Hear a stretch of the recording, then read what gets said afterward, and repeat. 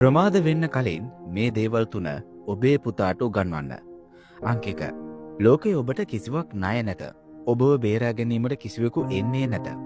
ඔබට ජීවිතයේ යමක් අවශ්‍ය නම් ඔබ පිටතට ගොස් එය ලේ දහඩිය පරිත්‍යාග සහ නේඩතාවෙන් උපයා ගත යුතුය. ජීවිතය ඔබව පරීක්ෂා කරයි. ඔබව බිඳ තමයි. ඔබේ හැඬීම් නොසලකා හරින අතර ඔබ නැගිටින බව අපේක්ෂා කරයි. අංක 2. මිනිසෙකුගේ මිනුම ඔහු සැනසෙල්ලේ සිටින ආකාරය නොව දුෂ්කරතාවේදී ඔහු නැගී සිටින ආකාරයයි. දේවල් පහසු වූ විට ඕනෑම කෙනෙකුට සිනාසිය හැකිය. නමුත් කුණාටු ඇති වූ විට සැබෑ චරිතය එළිවේ. ඔහු නැවත නැගී සිටිය යුතු අතර නැගී සිටිය යුතුයි. අංක 3.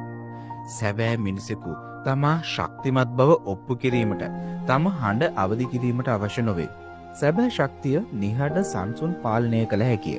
ඒ කිසිවෙකු බලා නොසිටින විට ඔහු අන් අයට සලකන ආකාරය තුලයි. ඒ අත්පොලසන් නොලැබෙද්දි පවා නොපසු බටව කටයුතු කරන ආකාරය තුලයි.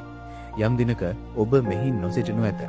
ඔහුගේ ඇමතුම් වලට පිළිතුරු දීමට, ඔහුගේ කුණාටු සංසුන් කිරීමට හෝ ඔහුගේ පියවර මෙහෙයවීමට ඔබට නොහැකි වනු ඇත. නමුත් ඔබ මෙම වටිනාකම් ඔහුගේ ආත්මයේ ගැඹුරට රෝපණය කළහොත් ඔබේ පැමිණීම කිසිදා ඔහු හැර නොයනු ඇත.